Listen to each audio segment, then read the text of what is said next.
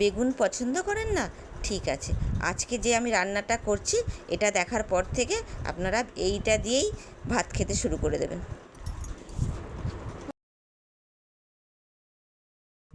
আমি একটা কড়াই চাপিয়েছি, তার মধ্যে তেল দিয়েছি, গরম করতে দিয়েছি। এদিকে বেগুনটার মধ্যে নুন মাখালাম। এরপর 1 চামচ হলুদ দিয়ে মাখিয়ে নেব। তারপর দেব ওর মধ্যে 1 চামচ লঙ্কা, আর দেব ধনে আর জিরে 1 চামচ করে, দিয়ে ভালো করে মাখিয়ে নেব।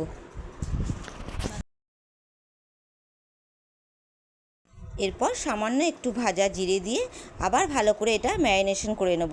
তারপর ওর মধ্যে একটু কর্নফ্লাওয়ার ছড়িয়ে 5 মিনিটের জন্য আমি রেস্টে রেখে দেবো। তেল গরম হয়ে গেছে, এবার বেগুনগুলো ওর মধ্যে দিয়ে দেবো। 2 পিঠ ভালো করে ভাজা হয়ে গেলে নামাবার আগে সামান্য একটু ডিম গোলা দিয়ে নামিয়ে নেব প্লেটে।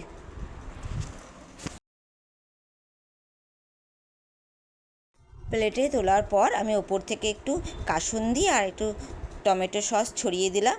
দেখুন কি সুন্দর হয়েছে আমার রেসিপি বেগুন সুন্দরী। এইভাবেই বানিয়ে ভাত দিয়ে খাবেন, দারুণ খেতে লাগবে, আর অন্য তরকারির দরকার পড়বে না।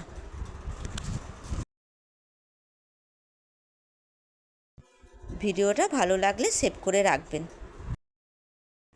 দেখলেন তো কত তাড়াতাড়ি রান্না হয়ে গেলো, মাত্র 10 মিনিট। হাতে সময় থাকলে এইভাবে রান্না করে নিতে পারবেন।